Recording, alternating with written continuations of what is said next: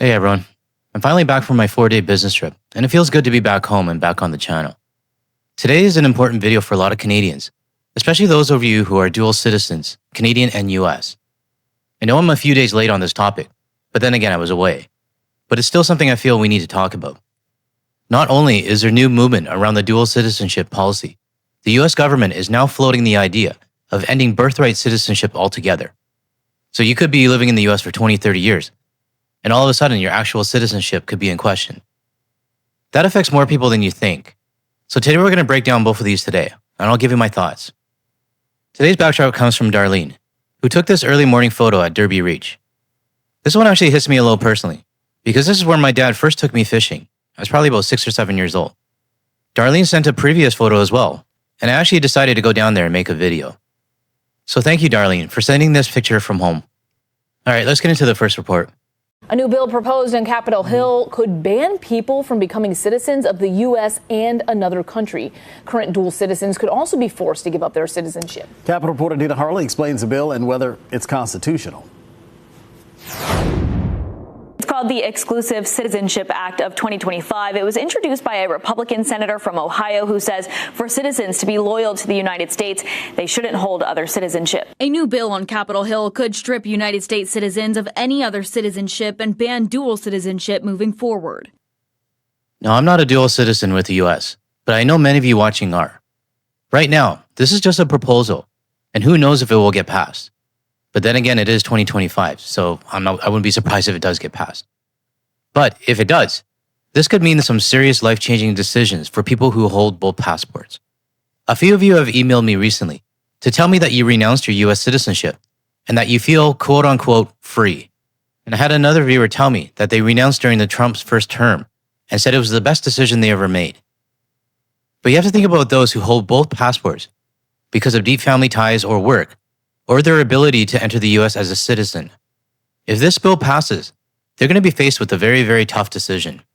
This is a political messaging bill. The Exclusive Citizenship Act of 2025 was introduced by Senator Bernie Moreno of Ohio, but it would have nationwide implications. The bill would, quote, establish that citizens of the United States shall owe sole and exclusive allegiance to the United States, end quote. That means anyone who is currently a dual citizen with the U.S. and another country would need to forfeit citizenship in one.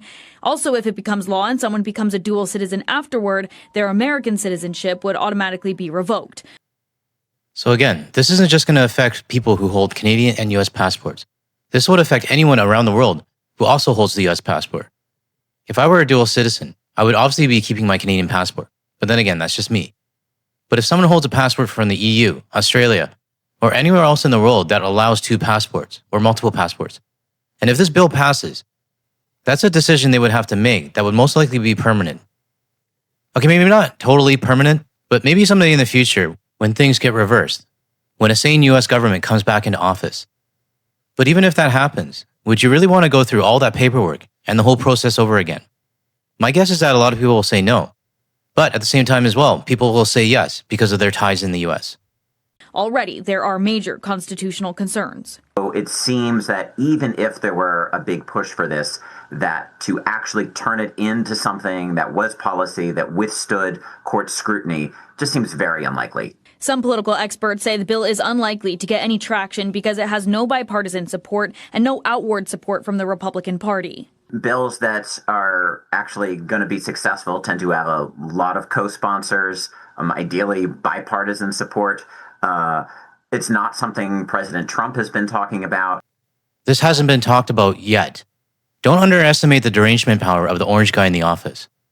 There's even talk about birthright citizenship, which I will go into towards the end of this video. What I'm trying to say is I don't count anything out of the question these days with the Trump administration. But those political experts say the bill's messaging is clear. It is very much just part of a larger political context right now, questioning what does it mean to be a real American who is an American? Who is a citizen? What does it take to be a citizen? The bill was just introduced this week, so hasn't had much movement yet. We'll track it, of course, and keep you updated. Dina Harley, CBS 17 News. Dina, thank you. We did reach out to our North Carolina representatives for a comment on this proposed bill, and we only heard back from one, and that's Congresswoman Deborah Ross so far. And she says, in part, in the Triangle and across the country, people with dual citizenship make important contributions to our economy and communities. And she went on to say that banning dual citizenship is a foolish, unnecessary proposal that could drive hardworking Americans to our competitors and weaken our economy. What isn't foolish these days when it comes to the Trump administration? Now, I have a question for our dual citizen viewers. Let's just say this bill does pass. What would be your plan? Would you give up your U.S. citizenship? Or would you give up the other passport to remain a U.S. citizen? I'm not going to judge anyone on their decision, because some may have very strong ties in the U.S. or have all of their family there. But I'm genuinely curious, what would people do? Let us know in the comments below what you would do if you were a current dual citizen. Before I move on to the next clip, if you haven't subscribed to my channel, or YouTube automatically unsubbed you for whatever reason, hit the subscribe button below if you're enjoying this video so far. It really does help my channel reach more like-minded people. Alright, let's get into the next report. You can have one or the other, but not both. That's the message from Senator Bernie Moreno today after he introduced a bill that would ban dual citizenship. So it comes down to what some Republicans call a matter of national loyalty. Our Columbus Bureau reporter Morgan Trow spoke with a triple citizen who thinks this would be a mistake. The United States of America is often called a melting pot of culture and ideas. You've got people who have experienced from other countries who can compare. And Dr. Brian Edmiston says it's for good reason. Born in Northern Ireland, he automatically gained dual citizenship with the United Kingdom. But he emigrated to the United States in the 1980s and became a U.S. citizen 2 decades ago. Now, the triple citizen is a professor at Ohio State. I wanted to be fully participant in the work of living in this country. I have family who live in Britain, I have family in Ireland, and I go back and forth between both countries. I'm sure this might be the reason for some dual citizens watching my channel. And I know this for a fact with those of you I speak to on Blue Sky and through email. I've also spoken to a few viewers who just recently received their US citizenship and are now dual. But they've told me the feeling wasn't as exciting as they thought it would be.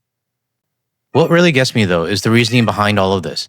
Is that somehow you need to prove your loyalty to the United States or the country that you're from. Hey.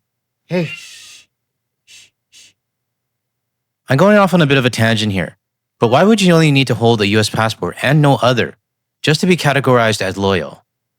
This is something to think about. Do you consider yourself an American? Yes, definitely. I consider myself an American because I pledged allegiance to the US Constitution and was very pleased to do that. But if Edmiston is so pleased to be a citizen of the U.S., Ohio College Republican leader Gabe Guidarini says he should prove it. If you're an American citizen, you're only an American citizen. He is supporting Ohio's U.S. Senator Bernie Moreno's new legislation. The Colombian-born Republican introduced a bill that would outlaw dual citizenship. If you're going to come to this country and use our resources and seek the American dream, then that has to be a full-term commitment to the American dream. Otherwise, how can we trust you? Now, this is just my opinion, and like I always say, you can agree or disagree with me. But just based on my channel and the dozens of dual citizens who have emailed me and commented on my videos, I trust them more than this guy who was just talking. Why? Because those with dual citizenship, whether their second passport is from Canada or EU or anywhere else, I get the sense that these people can actually see outside of the US exceptionalism box, and they see what the world really is. This guy who just spoke though, his attitude and his tone, it just screams authoritarian power.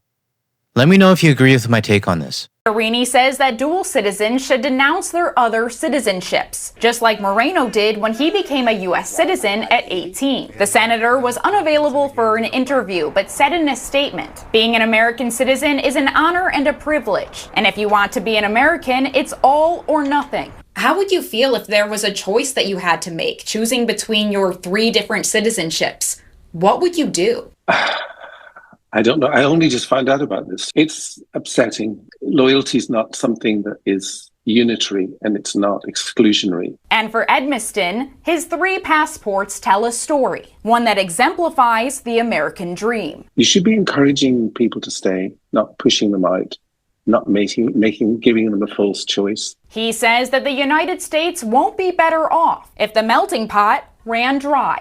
It wouldn't be a good move in my opinion, and would only add to the brain drain that's already happening in the United States. But not only that, for anyone thinking about moving to the US to live and work, to contribute to their economy, only to get used by the US government. When I say used, it's basically the get foreigners to pay for us. That really does seem to be the mentality of the Trump administration. Now, this last video, it still relates to citizenship, but it focuses on birthright citizenship. And in my opinion, this one should be worrying for any US citizen watching whose parents may not be US citizens. Hands off! Birthright citizenship! Hands off! 14th Amendment! Hands The future of birthright citizenship is now set to play out in the Supreme Court. Donald Trump has persistently tried to erode it. On his first day back in office, he signed an executive order aimed at ending birthright citizenship for certain babies born in the United States. That's a big one. People born in the country are automatically citizens, as stated in the 14th Amendment of the Constitution. That has been the law since the amendment was ratified in 1868. But Donald Trump says this should not apply to everyone. His executive order targets babies born to parents who arrive illegally or who are in the country temporarily, like students or people on work visas. Now, Trump said this would apply to babies whose parents arrived illegally or on student visas or whatever else. But my question is, how far back would this go? Will it go back to citizens who are now in their teens or 20s? Or go back even farther to people who are now in their 40s or 50s or older? We already know that rules will be bent. I mean, hell, ICE was only supposed to go after the gang members, drug dealers, and criminals. Look how that turned out. What I'm trying to say is that there now might be birthright citizens, no matter the age, who have become targets. Imagine this for a second. You're a birthright US citizen. Your parents came over on a student visa or illegally. You hold a US passport now. You have contributed to society. You work, you pay your taxes, you follow the law. No strain on the system. And now, you could be deported to a country where your parents were originally from. That's a bit messed up if you ask me. Several courts have ruled against the directive, saying it violates the Constitution and federal law. One court was able to block the order nationally because it was part of a class action lawsuit. The Justice Department appealed the ruling, and on Friday, the Supreme Court agreed it will decide whether President Trump's directive is legal. The last time the court justices intervened on the issue, they ruled in Donald Trump's favor. This was a big decision, an amazing decision, one that we're very happy about. This morning, the Supreme Court has delivered a monumental victory for the Constitution, the separation of powers, and the rule of law. That ruling limited federal judges' ability to block presidential policies through universal injunctions. Well, the US Constitution doesn't seem to mean much anymore, especially with the Supreme Court bowing down to Trump. This is why I say I'm not going to be surprised anymore when these bills or proposals are brought up, and even if they get passed. It just reinforces how thankful I am to be a fourth-generation Canadian. But what is my takeaway from today's US citizenship talk? For our Canadians who may be holding US passports, along with your Canadian one, I would definitely keep a close eye on the news when it comes to this topic. Yeah, the earlier report said it may not gain traction. But then again, when you look at your US passport, does the birthright citizenship stuff apply to you as well? I recently had a great call and interview with a Canadian snowbird, whose story I'll be sharing with everyone later this week. He mentioned that he saw the writing on the wall early, made his exit plan, withdrew his investments, sold his home, and now he's done with the US. I bring this up because anyone who is a dual citizen, holding a US passport, I would highly recommend having an exit strategy ready if the time ever comes. And for my US viewers, that last report actually concerned me the most for our US channel friends. If this becomes a reality, for any US citizen who is a first generation, you really need to be aware of this and even start researching whether or not you could become a target. For just under a year now, The talk has always been about immigrants, illegals, tourists, and even US citizens detained by ICE. But if this becomes a reality, the focus is going to shift even more onto those who legally hold a current US passport. I truly hope that Trump's new birthright citizenship law does not pass for the sake of its own citizens. That's all I have for today's video. If you agree with anything I said today, help the channel out by hitting the like and subscribe. Thanks for watching, and I'll see you in the next one.